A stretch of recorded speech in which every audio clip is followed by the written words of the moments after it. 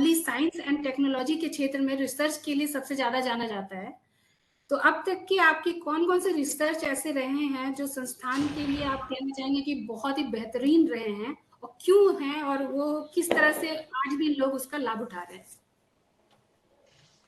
Thank you for your question. Actually जब हम best technology की बात करते हैं तो in general first of all I would like to tell you that for us every research is important because our faculty members are very much dedicated, they have passion for research, they are getting a lot of sponsored research project from industry and academia, but sometimes getting a negative output is also an output for the next generation, क्योंकि उससे ये पता चलता है कि इस direction में हमें नहीं जाना, दूसरी डायरेक्शन जाना है। तो वो तो होती है फंडामेंटल से अप्लाइड रिसर्च की जब हम बात करते हैं। तो यहाँ पे IIT रुड़की में अगर आप देखें पिछले 3 साल में अराउंड 150 हमारे जो है स्टार्टअप्स जो है एक्टिविटी आई हैं, और हमने कोशिश ये की है कि हम MSME से अपनी टेक्नोलॉजी को कनेक्ट करें। तो एक सिंपल मैं एग्जांपल आपको दे रहा हूँ जो बहुत पॉपुलर हो रही है और हमने पेटेंट कराई, उसके बाद इंडस्ट्रीज काफ़ी उसको लेने के लिए, जो हमें वाटर सोल्यूबल इंक है, printing ink, right, because we are talking now sustainability. जब आप सस्टेनेबिलिटी की बात करते हैं तो there are many things right which we have to work, which is called environment friendly process, right, a technology which is sustainable, right, which doesn't harm the environment and at the same time it is technically and economically feasible। तो ये सारी चीजें हम दिमाग में रखते हैं। तो जब भी कोई टेक्नोलॉजी को ट्रांसफर करते हैं तो फाइनली वो इकोनॉमी एनालिसिस भी उसकी जरूरी होती है। तो ये एक ऐसी टेक्नोलॉजी जो मैंने अभी बताई कि वाटर सोल्यूबल इंक के बारे में हम जो बात कर रहे हैं, तो ये टेक्नोलॉजी ऐसी जो बहुत सारी इंडस्ट्री उसको लेने के लिए आगे आई और ये टेक्नोलॉजी कमर्शियल हो गई क्योंकि वाटर सोल्यूबल है और ये इन्वायरमेंट फ्रेंडली इंक है और ये बहुत पॉपुलर हो रही है। इसके अलावा लेकिन अगर हम देखें जैसे हमारे बायोसाइंस में बहुत सारी ऐसे रिसर्च हैं जो हेल्थ से रिलेटेड हैं, बहुत सी ऐसे जैसे बद्री काओ से रिलेटेड हम लोगों ने, तो बद्री काओ एक नस्ल होती है काओ की, उसके घी की क्वालिटी बहुत अच्छी मानी जाती है, 2000 रुपये पर केजी मिलता है वो। तो कैसे उसके प्रोडक्ट को हम मार्केट करें क्वालिटेटिवली एंड क्वांटिटेटिवली, दोनों को प्रोडक्टिविटी बढ़ाने पे बहुत काम कर रहे हैं। तो ये भी एक रिसर्च बहुत पॉपुलर हो रही है।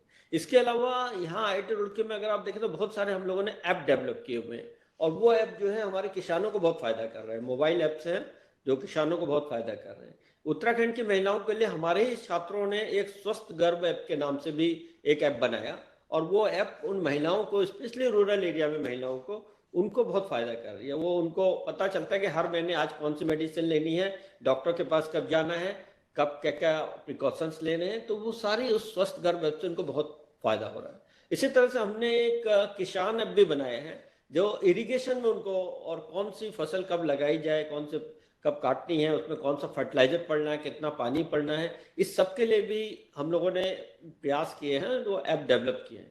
कल ही हम लोगों ने यहाँ पर जो है IIT रुड़की ने इनिशिएटिव लिया, आज हमारा फाउंडेशन डे था, 176वां फाउंडेशन डे हम मना रहे हैं।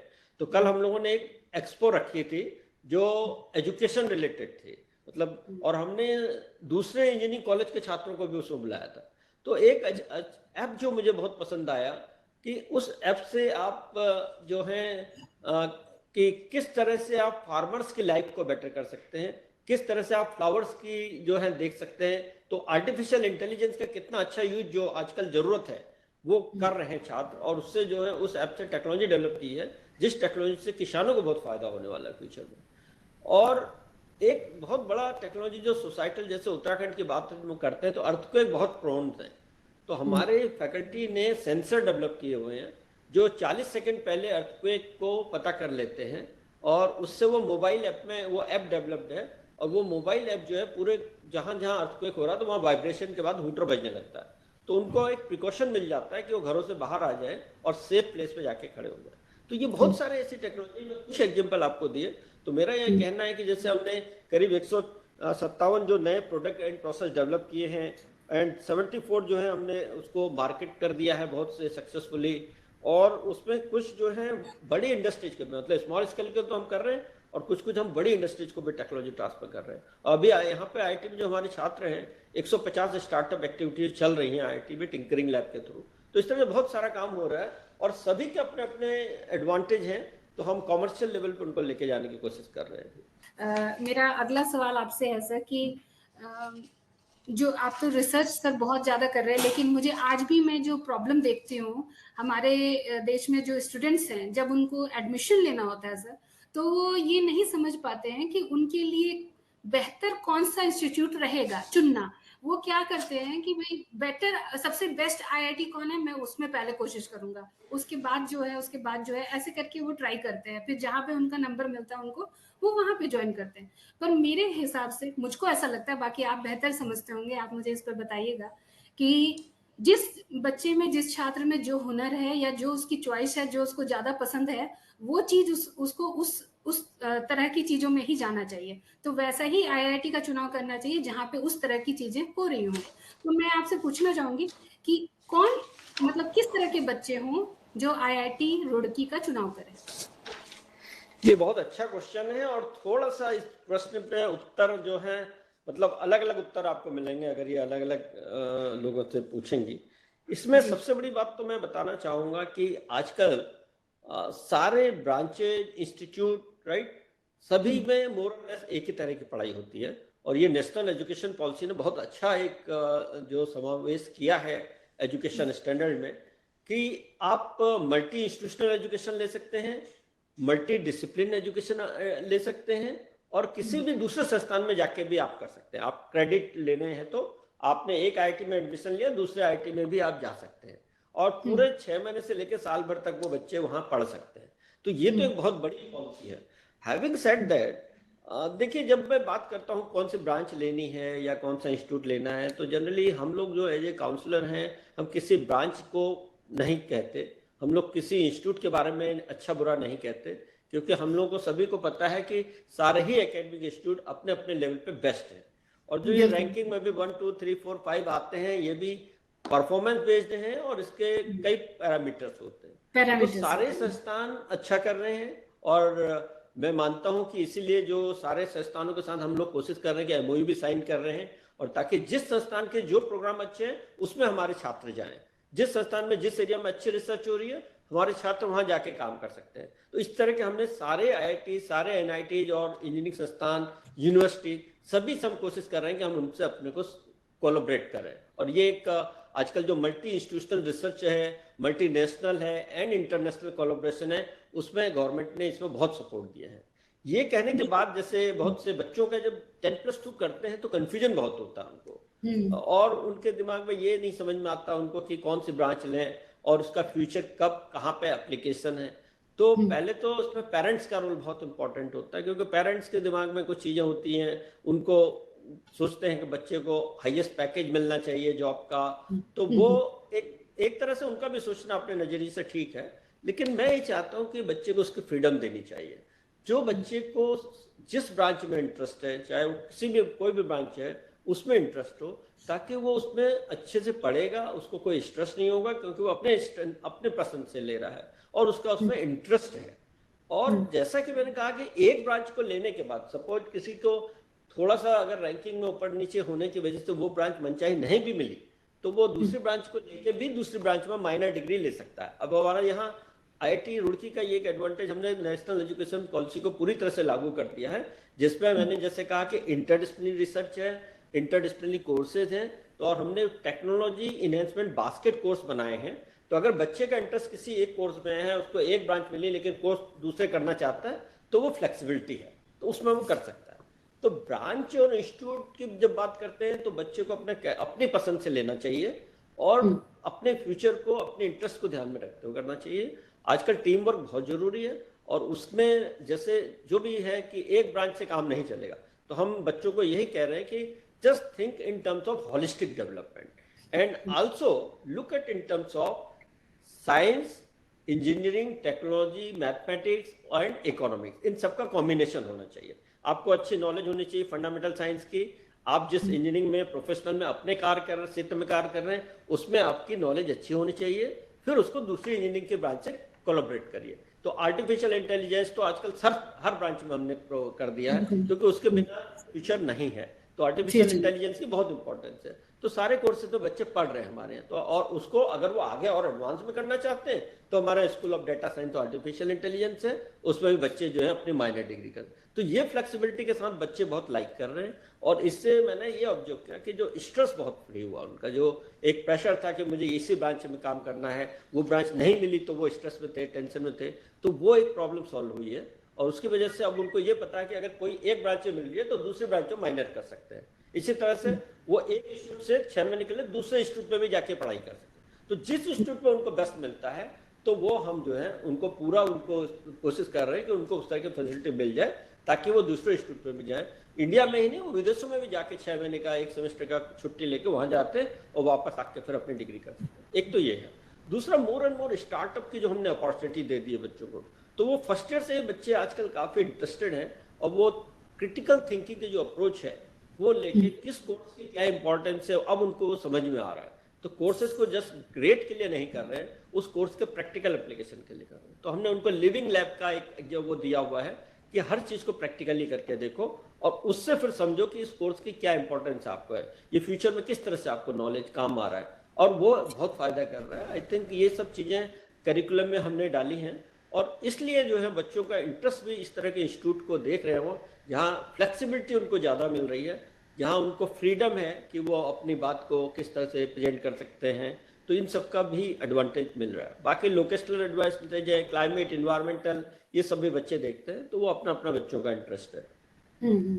आपने जो बताया सर, उसी में मेरे कुछ और सवालों के भी जवाब आ गए, क्योंकि मैं पूछना चाहती थी आपसे कि कोर्सेज जो है, जैसे बहुत सारे कोर्सेज हैं आपके यहाँ 55 से ज्यादा, तो पढ़ा तो आप आज भी रहे हैं, पहले भी पढ़ा रहे थे, लेकिन क्या चीजें हैं जो आपके पढ़ाने के तरीके में जो आपने चेंज किया टाइम के हिसाब से, ये चीजें मैं जानना चाह रही थी।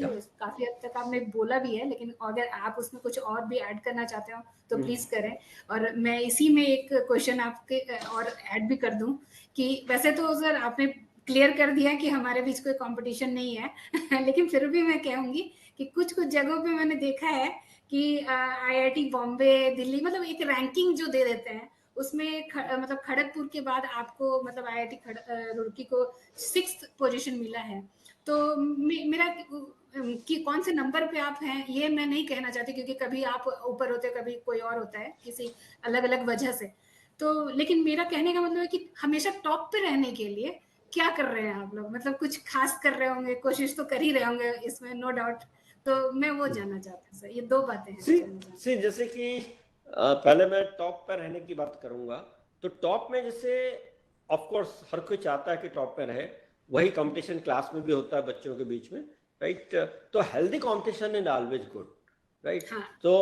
तो उसी हेल्दी कंपटीशन को ध्यान में रखते हुए हम ये देखते हैं कि हम कहाँ पे पीछे हैं, हम ये देखते हैं कि हम कौन सी चीजों में अपने को इम्प्रूव कर सकते हैं। तो यहाँ पर जब आप देखते हैं कि ये जो रैंकिंग होते हैं, इसके स्कोर्स आते हैं, तो हमारी टीम जो है, डॉक्टर सोनिका ने भी आपको बताया होगा, तो हमारी टीम जो है उन पे ध्यान दे रही है। जैसे हमारा आउटरीच का थोड़ा सा प्रॉब्लम होता है, तो हम कोशिश कर रहे हैं कि IIT रुड़की की आउटरीच बढ़ाई जाए। तो उसके लिए हम जो है अपने एलुमनाई, हमारे करीब 50,000 एलुमनाई हैं इस समय, जो ऑल ओवर वर्ल्ड हैं, क्योंकि 176 साल पुराना इंस्टीट्यूट है, इस संस्थान की अपनी गरिमा है, तो विश्व में नोन है ये संस्थान।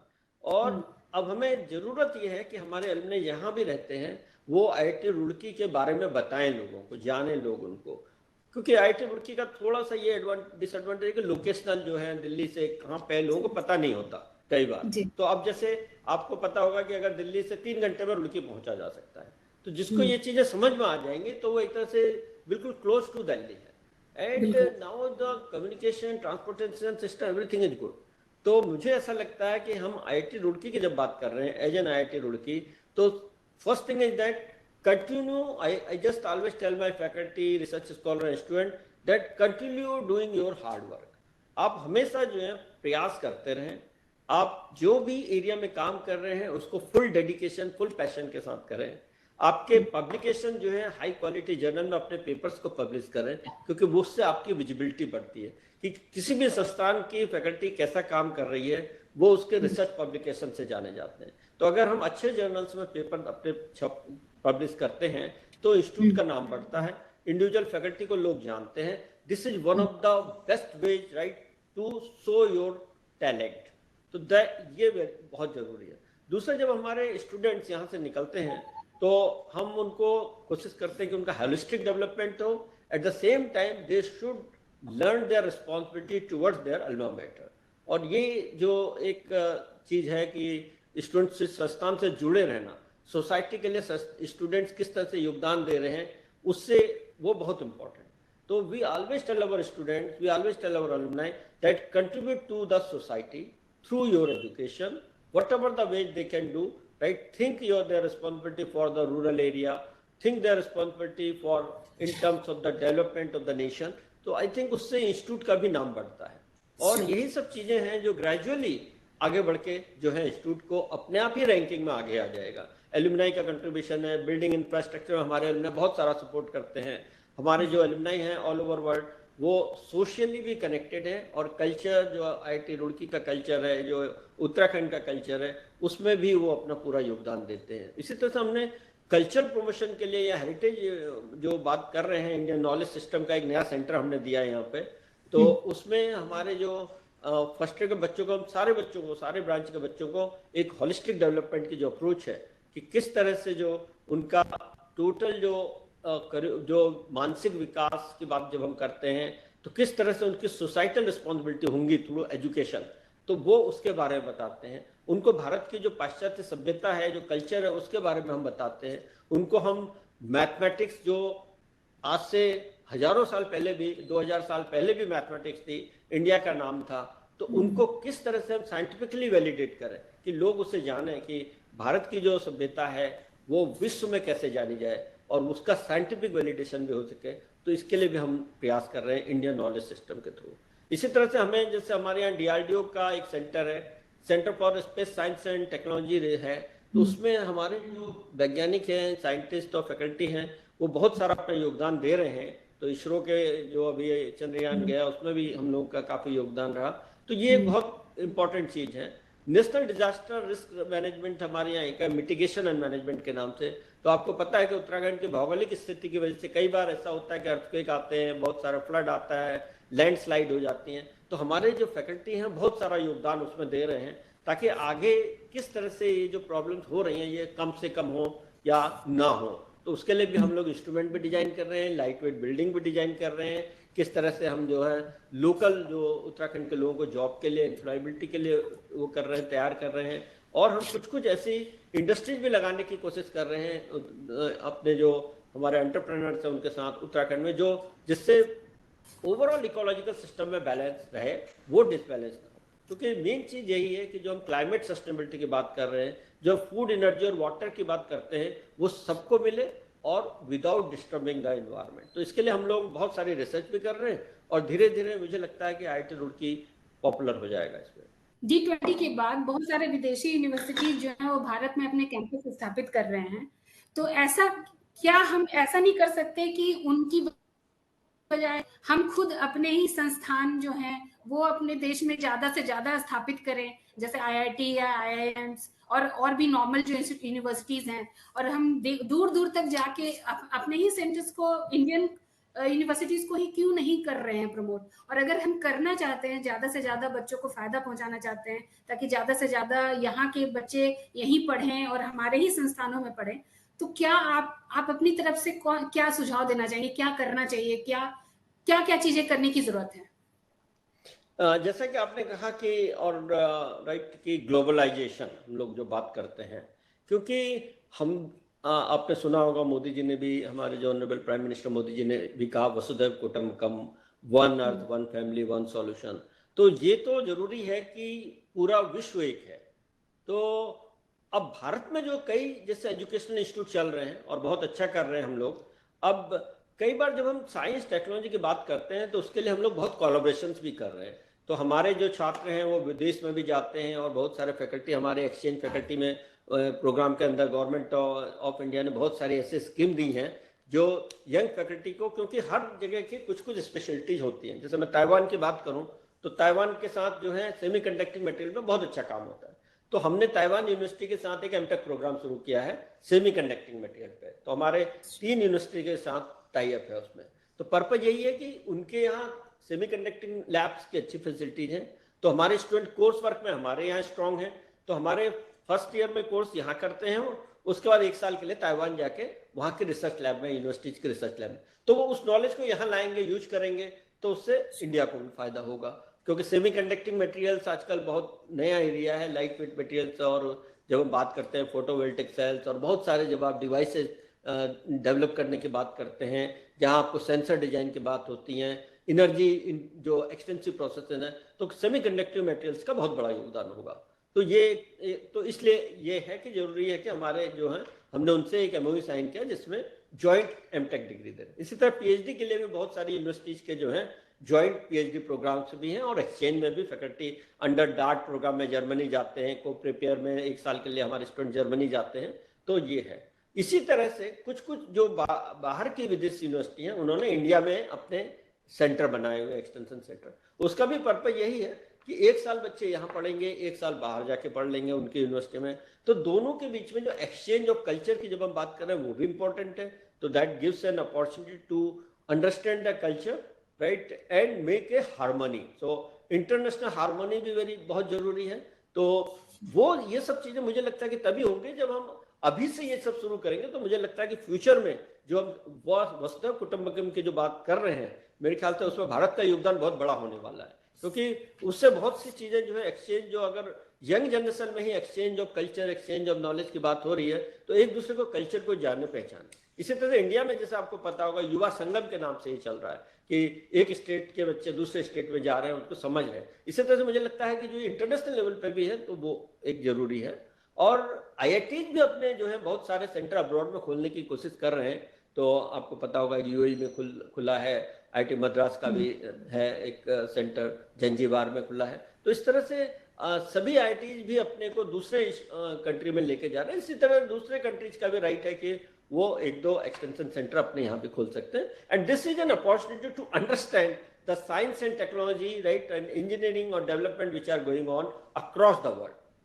ज्यादा से ज्यादा जो हमारे देश के लोग हैं जो बेरोजगार हैं, वो ज्यादा से ज्यादा अपना खुद का रोजगार शुरू कर सके, उसके लिए आईआईटी रुड़की किस तरह से हेल्प कर सकती है, या उनको क्या बोलना चाहेंगे आप आम लोगों को? ये एक तो हमारे यहाँ एक स्पॉन्सर्ड रिसर्च का सेंटर है ना, जिसको हम स्ट्रिक्ट के नाम से कहते हैं, जहाँ sponsored research and industrial consultancy होती हैं। तो इसके थ्रू जो भी फैकल्टी अपने प्रोजेक्ट सबमिट करती हैं, और डिफरेंट फंडिंग एजेंसी, चाहे वो इंडस्ट्री हो या डीएसटी, डीबीटी, डीएसटी, सीएसआर, जितने भी गवर्नमेंट बॉडीज हैं, और उनको प्रोजेक्ट सबमिट करती हैं, और इस तरह से कोलैबोरेशन शुरू होता है। ये बायलैटरल भी हो सकता है, मल्टीलैटरल भी हो सकता है, डिफरेंट यूनिवर्सिटीज के बीच में भी होता है, और among the different faculty of different department भी होता है। तो ये तो गवर्नमेंट फंडिंग है जिसको, और आजकल बहुत सी गवर्नमेंट ने स्कीम दी है जिसमें अप्लाइड रिसर्च होती है। तो उसमें भी क्या है कि कोई फैकल्टी अपना किसी उसमें स्टार्टअप के थ्रू भी जा सकता है, प्रोजेक्ट ले सकता है और काम कर सकता है। लेकिन इसके अलावा भी हमने आईआईटी में प्रमोट करने के लिए स्टार्टअप एक्टिविटी एक टाइट्स के नाम से है, जो technology incubation entrepreneurship development cell के नाम से है। तो ये जनरली जो भी बच्चे हमारे जो स्टार्टअप के थ्रू उनको लगता है कि सक्सेस हो रही है, तो वो फिर इंडस्ट्री से कनेक्ट करते हैं, और इंडस्ट्री उसको फाइनेंशियली सपोर्ट करता है। उसमें फिर बच्चे और फैकल्टी मेंटर जो हैं पूरा अपना जो है टाइम डिवोट करते हैं, और वो टेक्नोलॉजी अगर मार्केट लेवल पे सक्सेस हो गई, क्योंकि टीआरएल लेवल 6, 7, 8 के आसपास अगर पहुंच जाती है, तो उसको हम आगे ले जाने के लिए market readiness level economy analysis करके मार्केट में, तो इसमें टाइट्स बहुत हेल्प कर रहा है। इसी तरह से अगर कोई सॉफ्टवेयर या आईटी रिलेटेड है तो आई हब के नाम से है। तो आई हब में भी इसी तरह का है, जहाँ जो है पूरी एक्टिविटीज हैं, स्टूडेंट्स और फैकल्टी को पूरी फ्रीडम है, and they can join the hands with them, and the faculty can take leave, and for full-fledged he or she can spend 2 years in that industry, and that is the one of the ways through which our faculty members are able to transfer their technology which they have, on which they have done work. They can transfer it to the industry, or they can have their own startups and then transformational research, and then they can have their own industry. So हमारे बहुत से undergrad students भी इस समय जो हैं वो बहुत सारे इस तरह के अपने अपने जो हैं उनके हैं एंटरप्रेन्योर्स जॉब हैं, और they are doing exceptionally well based on these kind of the shells which we are developed. So I think these are one of the basic, but beside that also we can have our Section 8 company. अगर कहीं किसी का faculty के पास नया fund आता है, किसी particular area में वो कोई टेक्नोलॉजी डेवलप करना चाहता है, तो वो अपनी सेक्शन 8 कंपनी के नाम से खोल सकता है और उसमें भी वो अपना काम शुरू कर सकता है। तो इस तरह से हमने पूरी फ्रीडम दी हुई है कि आप काम करिए, आउटपुट दीजिए, हम आपको पूरी फ्रीडम और स्पेस देते हैं। ओके, थोड़ा सा सेक्शन 8 को तो और इलैबोरेट करेंगे sir please. Section 8 company is basically other than SRIC office. तो मोस्ट ऑफ द प्रोजेक्ट, जैसे मैंने कहा कि वो साइंस एंड जो हमारे हैं स्पॉन्सर्ड रिसर्च डेवलपमेंट सेंटर, वो IIT का होता है। सेक्शन 8 कंपनी एक अलग से प्राइवेट बॉडी बन जाती है और वो जो भी नॉर्म्स हैं, टैक्स और उसके, वो इंडिपेंडेंटली खुद करेंगे। उसका जो भी प्रॉफिट होगा वही बेयर करेंगे और उस पर टैक्स जो पड़ेगा वो खुद देंगे। तो एक तरह से वो उनकी अपनी कंपनी है और उसमें गवर्नमेंट सपोर्ट करती है। जैसे गवर्नमेंट कहेगी हम आपको 100 करोड़ दे रहे हैं, 10 करोड़ दे रहे हैं या 1 करोड़ दे रहे हैं, अब आप इस रिसर्च पे काम करिए। और इस सेक्शन 8 कंपनी का वो इंडिविजुअल फैकल्टी कोऑर्डिनेटर बन जाता है। He can be director of that section 8 company. Where suppose battery पे काम करना, तो उसका वो एक स्टार्टअप का वो सेक्शन 8 कंपनी का उस सेल के, तो जो भी एक्सपेंसेज होंगे वो गवर्नमेंट नॉर्म्स के हिसाब से या इंस्टीट्यूट नॉर्म्स के हिसाब से होंगे, but he will be the whole sole right responsible person for that. ठीक है। आप खुद भी सर बहुत सारे बाहर की यूनिवर्सिटीज में पढ़ा रहे हैं और आप आना जाना करते रहते हैं, तो वैसे अभी आपने जो आंसर दिया था उसमें था ये काफी हद तक, लेकिन फिर भी अगर कुछ आपको लगता है कि आप ऐड करना चाहें कि हमारे देश में अभी फिलहाल जो विदेशी संस्थान हैं उनसे अलग पढ़ाने का तरीका क्या अलग है जो बेहतर है, और क्या हमारे अंदर कमियां हैं जिनको हमें दूर करने की जरूरत है। मैं सिर्फ ये IIT के लिए नहीं कह रही हूँ, आप ओवरऑल, क्योंकि आप इस क्षेत्र में काफी टाइम से हैं और काफी अच्छे से जानकारी रखते हैं, तो मैं जानना चाहती हूँ क्या चीजें हमें चेंज करने की बहुत सख्त जरूरत है, बेहतर है हमारे यहाँ। सब लोग अपना अपना क्षेत्र में अच्छा काम कर रहे हैं। जरूरत है कि हमें टेक्नोलॉजी को ट्रांसफर करना है। हम कई बार क्या करते हैं, एक बस यही एक छोटा सा वो रहता है, हम लोग सब आइसोलेशन में काम करते हैं। हम लोग अपनी जो काम करते हैं वो दूसरों के साथ शेयर नहीं कर पाते ठीक से। कई बार उसके बहुत से रीजन हो सकते हैं।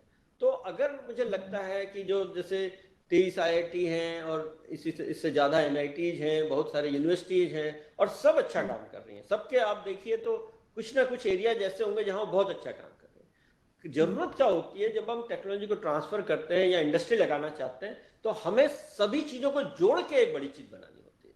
वहाँ उसको हम इंटीग्रेशन कहते हैं। तो process intensification and integration, I think ये थोड़ा सा हम लोग लैग कर जाते हैं। लेकिन अभी जो मैं देख रहा हूँ, जो पॉलिसीज आई हैं गवर्नमेंट की, कि बहुत सारे जैसे PSA ऑफिस है या department of science and technology है, DBT है, MNRE है, इन लोगों ने बहुत सी ऐसी चीज की है जिसमें उन्होंने डेलिबरेटली ये किया हुआ है कि आप मल्टी इंस्टीट्यूशनल रिसर्च प्रोजेक्ट लेके आइए।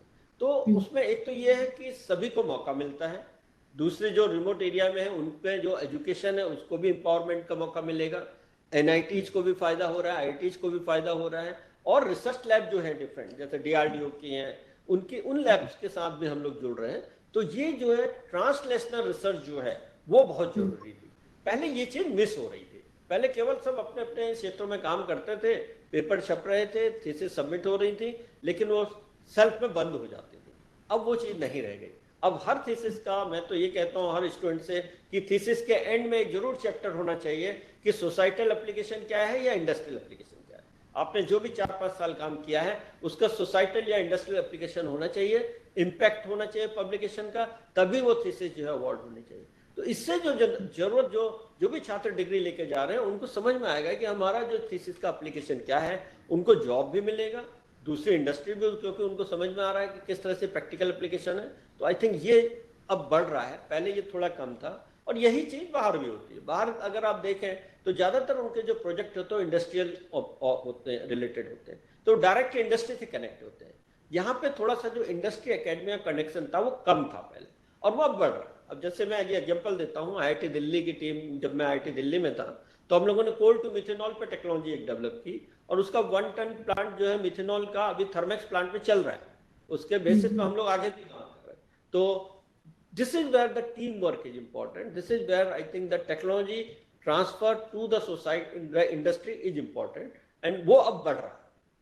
तो अब बहुत सारे IITs के आप देखिए, सारे एजुकेशन इंस्टीट्यूट के आप देखिए, उनके इंडस्ट्रियल कनेक्शन है और वो इंडस्ट्री से मिल के काम कर रहे हैं। तो I think now these things will be improved and sooner I think then we will be at par with any educational institute of the world.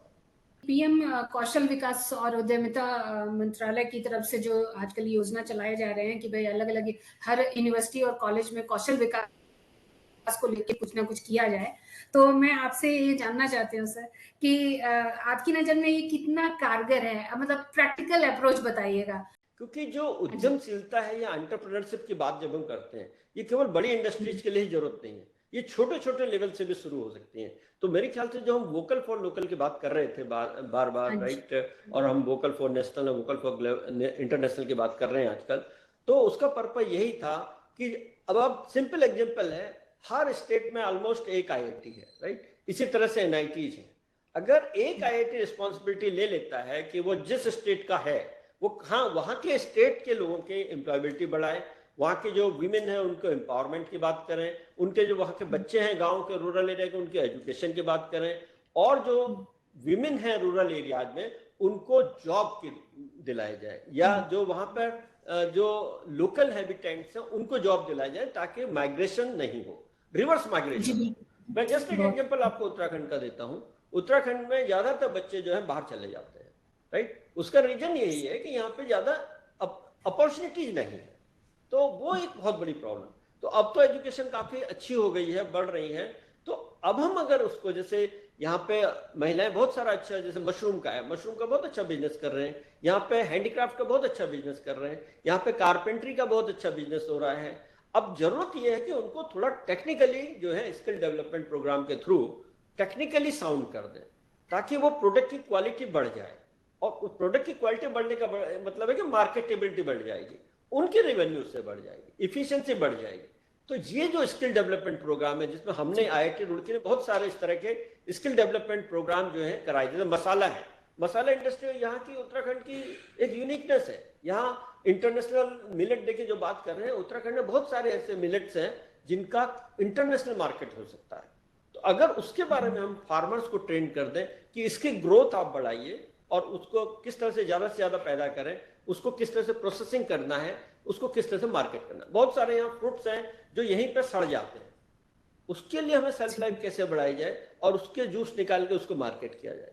तो ये एक बहुत बड़ा, और कल जो हमने यहाँ पर एक जो वो किया था एग्जीबिशन, उसमें बहुत से बच्चे, बहुत से एंटरप्रेन्योर उस तरह के प्रोडक्ट लेके आए थे। मिलेट्स के अच्छे अच्छे उन्होंने चॉकलेट बना के दिखाए, जूसेस के बहुत सारे अपॉर्चुनिटीज हैं, और बहुत सारे हर्बल मेडिसिन हैं जिनको मार्केट किया जाता है, आयुर्वेद मार्केट को कर सकते हैं। तो ये एक चीज है कि जहां ट्रेनिंग दी जाए इन स्पेसिफाइड एरिया और वो जो रोजगार परक हो, तो मुझे लगता है कि ये बहुत अच्छी स्कीम है, और इसमें हमने आईआईटी रुड़की ने बहुत अच्छे से लीड भी किया है। बहुत से हमने स्मॉल स्केल ट्रेनिंग प्रोग्राम 3 महीने से लेकर 6 महीने तक के प्रोग्राम किए हैं, और जैसे टेलरिंग की ही हमने यहाँ पे क्लासेज, हमारे यहाँ एक अस्मिता के नाम से ही एक वो छोटा सा एक एनजीओ है आईआईटी रुड़की के अंदर, जिसमें हम उन टेलरिंग का ये सब बताते हैं, और लेडीज उसमें अच्छा अर्निंग करते हैं, they are doing lot of good job. और ये मसाले का भी उनका अपना इंटरनल वो है। तो ये मुझे लगता है कि एक बहुत अच्छी चीज है, और इसको और आगे बढ़ाना चाहिए। बिल्कुल बिल्कुल बिल्कुल, और मुझे बहुत अच्छा भी लग रहा है सर आपसे बात करके, क्योंकि काफी कुछ आप कर भी रहे हैं। मैं इतने साल से जानती भी हूँ रुड़की को, तो मैं मतलब बहुत पॉजिटिव थॉट्स मेरे को आ रहे हैं कि इसका मतलब है कि आगे जाके जो गांव के जो किसान हैं, जिन्होंने किसानी छोड़ दी है एक तरह से कहा जाए, और हम बिल्कुल पूरी तरह से हम ऑर्गेनिक सिर्फ बात कर रहे हैं सर, क्योंकि सबकी पहुंच में अब ऑर्गेनिक रहा नहीं, तो मेरे को लग रहा है कि आने वाला फ्यूचर शायद हम वापस वहां तक पहुंच पाए। तो ये बहुत अच्छा नहीं, आप हनी का देखिए, उत्तराखंड में जस्ट एक एग्जांपल दे रहा हूँ, और हनी का बहुत अच्छा बिजनेस है, और किस तरह की हनी, क्योंकि डिफरेंट एरिया में डिफरेंट तरह के फ्लावर्स हैं, उसके बेसिस पे हनी की क्वालिटी है। और हमारे यहाँ जो सेंटर है, हम लोग हनी की क्वालिटी को पूरा इंटरनेशनल लेवल पर टेस्ट करते हैं, और वो अब ये हनी प्रोडक्ट को हम बढ़ावा देने के लिए, और उनका जो बीज, डिफरेंट काइंड के बीज हैं, उनका किस तरह से इफेक्ट हो रहा है, क्वालिटी और ये सब, तो क्वांटिटी, क्वालिटी, एफिशिएंसी, तो ये बहुत अच्छी रिसर्च हो रही है, और I think quality of honey is very important. तो मेडिकल एप्लीकेशन भी है। सिर्फ हनी क्या, मैं तो कहूंगी कि हर चीज की क्वालिटी सबसे इम्पोर्टेंट चीज है। मिल्क का वही ना हो तो फिर इनफैक्ट जो फैट को कैसे सेग्रीगेट करना है और उसको किस तरह से मेडिकल एप्लीकेशन के लिए ले जाया जा सकता है, उस पर भी हमारे यहाँ साइंटिस्ट ने, फैकल्टी ने रिसर्च की है, तो वो भी जल्दी ही मार्केट में आ जाएगा। IIT रुड़की में दूध से जो वसा के कण निकालने के का एक हुआ था, जिसको ग्लोब्यूल वर्ड आप लोगों ने बोला था कि है ये पोषक, बहुत पोषक है शायद, आपने रिसर्च किया है, तो ऑब्वियसली इसकी मतलब इसका फायदा हम आम लोग भी ले सकते हैं बिजनेस में। जैसे मान लीजिए कि आज के टाइम में दूध का पनीर भी बना रहे हैं, बेच रहे हैं, दूध के भी कई क्वालिटीज हो गए हैं, तो क्या कल को ये जो रिसर्च आपने किया है इसको भी हम एज ए बिजनेस ले सकेंगे? और किस तरह से लेना पड़ेगा, मतलब कौन लोग ले पाएंगे इसका फायदा, कौन लोग कर पाएंगे ये बिजनेस, क्या ध्यान रखना पड़ेगा उनको, ये चीजें मुझे थोड़ा बताएं। एक्चुअली इस तरह के जब हम बात करते हैं कॉन्सेंट्रेट कर रहे हैं, या अगर हम फैट पार्टिकल्स को निकाल ले रहे हैं मिल्क से, तो ये जो पार्टिकल है may have lot of medicinal application.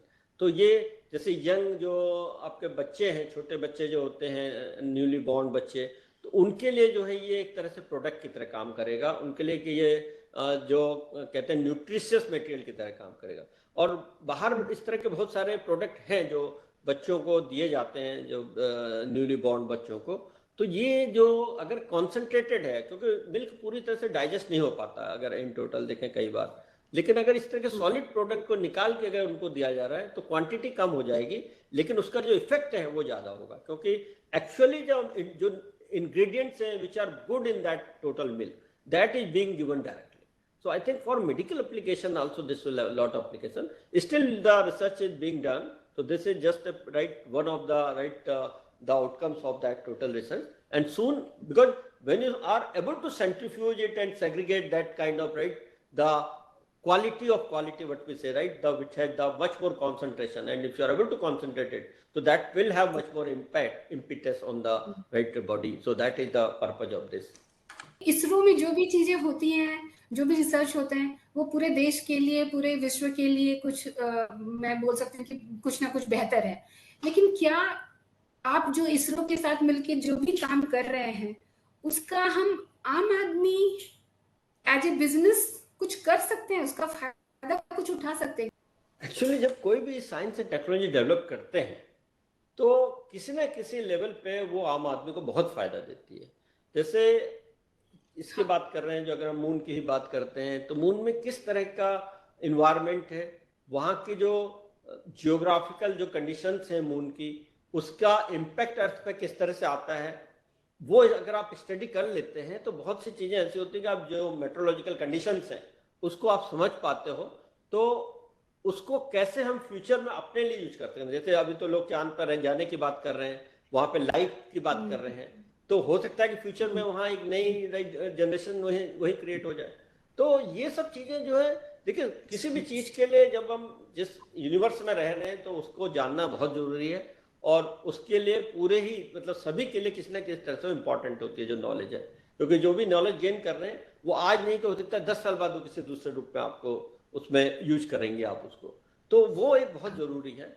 अब इसी तरह से सन की जब हम बात करते हैं तो लोग कह रहे हैं कि सन की लाइफ जो है 10,000 साल है या कितना, जो भी लाइफ है, तो वो what next to that, if that happen, so we have to think something in that direction. So what is that status?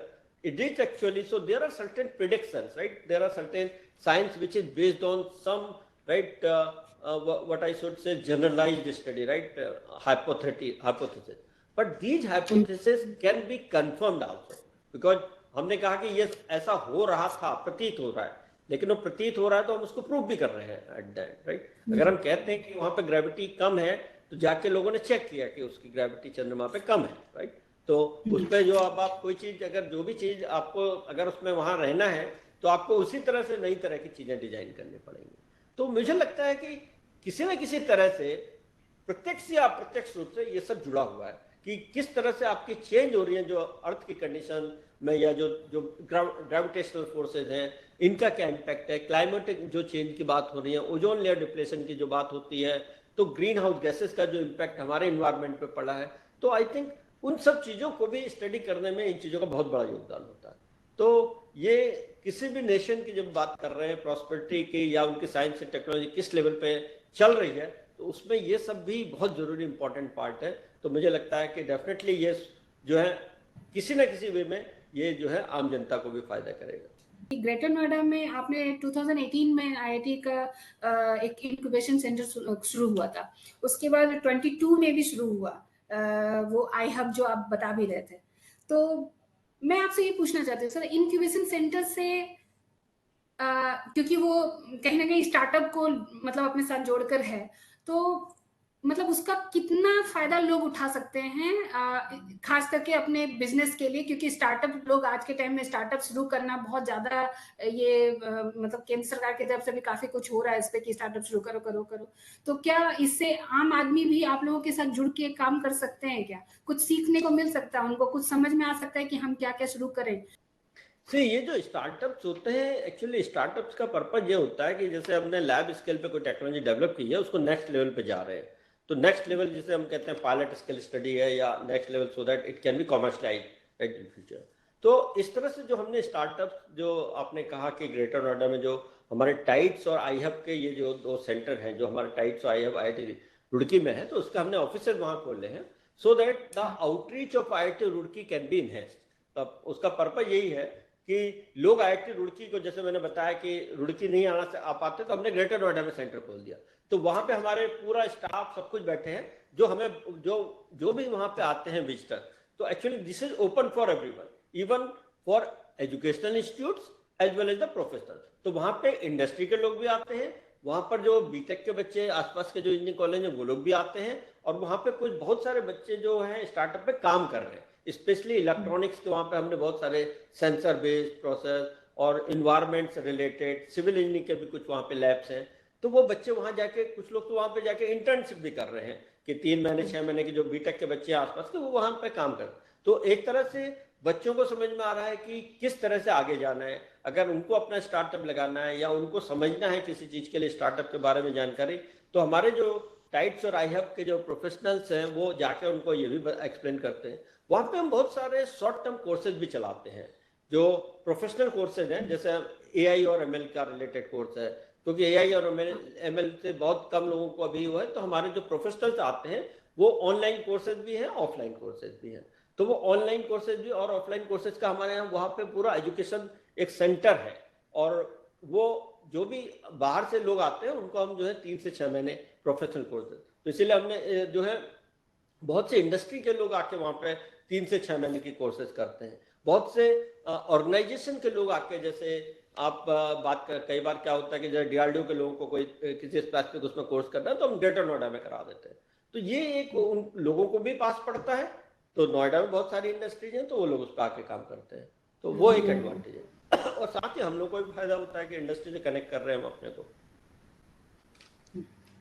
Sir मेरा उसी में एक सवाल था कि और यूनिवर्सिटीज भी आजकल कर रही हैं इंक्यूबेशन सेंटर शुरू, उनको कोई सलाह आप देना चाहें अगर, जिससे ज्यादा से ज्यादा लोगों को फायदा पहुंच सके, तो प्लीज आप उस पर प्रकाश डालिए। उनके यही सलाह है कि हम सब लोग आपस में जो MOU साइन कर रहे हैं, तो मिलजुल के काम कर रहे हैं, ताकि टेक्नोलॉजीज को आपस में शेयर कर सकें।